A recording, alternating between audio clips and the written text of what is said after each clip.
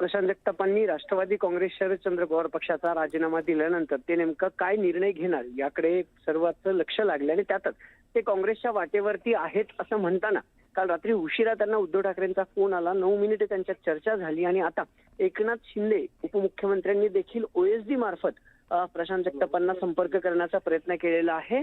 दोन्ही नेत्यांमध्ये चर्चा होऊ शकली नाहीये, मात्र ओएसडी मार्फत एक निरोप प्रशांत जगतापांना जो आहे तो एकनाथ शिंदेंनी पोहोचवलाय. प्रशांत जगताप सध्या मुंबईत आहेत. खरं तर ते काँग्रेसमध्ये जाणार का इतर पक्षाचा निर्णय घेणार किंवा पुणे महापालिका अपक्ष लढणार का, हे सगळे प्रश्न आहेतच. पण खरं तर आधी उद्धव ठाकरेंनी त्यांना फोन केलाय, आता एकनाथ शिंदेंनी संपर्क केलाय. ते काँग्रेसच्या वाटेवर आहेत. आता प्रशांत जगतापांचं म्हणणं आहे की दुपारी 12:30 ते 1 पर्यंत मी माझा निर्णय जाहीर करू. प्रशांत जगताप सध्या मुंबईत आहेत. काँग्रेस किंवा उद्धव बाळासाहेब ठाकरे गट या दोघांकडून त्यांना खरं तर बोलवणं आलं होतं आणि दोन्ही पैकी एक पर्याय प्रशांत जगताप निवडतील असं तरी सध्या दिसतंय.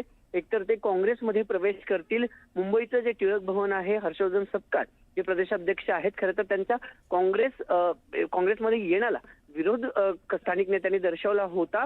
पण हर्षवर्धन सपकाळ यांच्या उपस्थितीत त्यांचा प्रवेश आज होईल का ते ठाकरे गटासोबत मातोश्रीवर जात उद्धव ठाकरेंच्या हस्ते पक्षप्रवेश करतील. म्हणजे 2 पर्याय प्रशांत जगतापांसमोर आहेत. ते सध्या मुंबईत आहेत आणि दुपारपर्यंत प्रशांत जगताप एक निर्णय जाहीर करून काँग्रेस किंवा ठाकरे गटात प्रवेश करतील असं तरी दिसतंय. प्राजक्ता. बरं अभिजित, धन्यवाद या संपूर्ण माहितीसाठी.